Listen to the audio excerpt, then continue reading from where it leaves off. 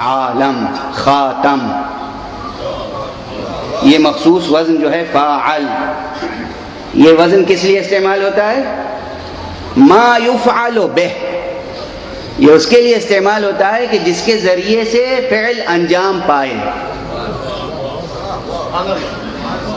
ما یفعل فاعل، ما یفعل بہ، جس کے ذریعے سے کوئی فعل انجام پائے. عالم یعنی وہ شے جس کے ذریعے سے علم عطا کیا جائے. یہ پوری کائنات مدرسہ ہے انسان کے لیے، یہ پوری کائنات وسیلہ کسب علم ہے.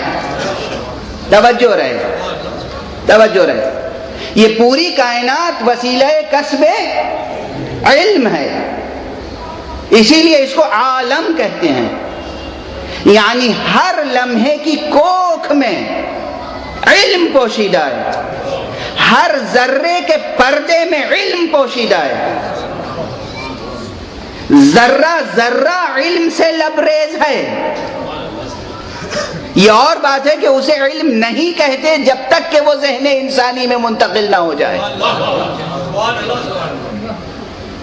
لیکن یہ پوری کائنات وسیلہ ہے، ذریعہ ہے، سبب ہے کہ اس کے ذریعے سے علم عطا کیا جا رہا ہے انسان کو.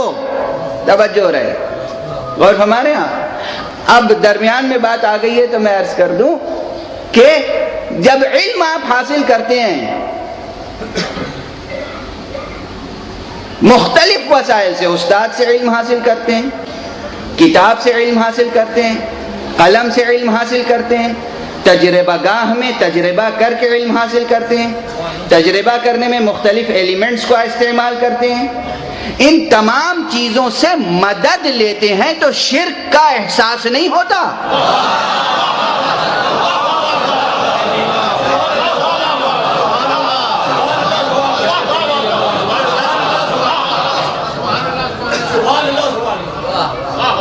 یہ سب وسائل علم ہیں جو اللہ نے بنائے ہیں.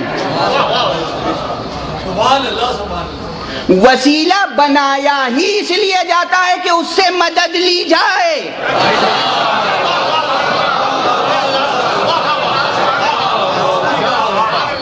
یہ عجب فکر ہے بعض جوانوں میں کہ کہتے ہیں کہ ہم وسیلے کے تو قائل ہیں مگر ان سے مانگنے کے قائل نہیں ہیں.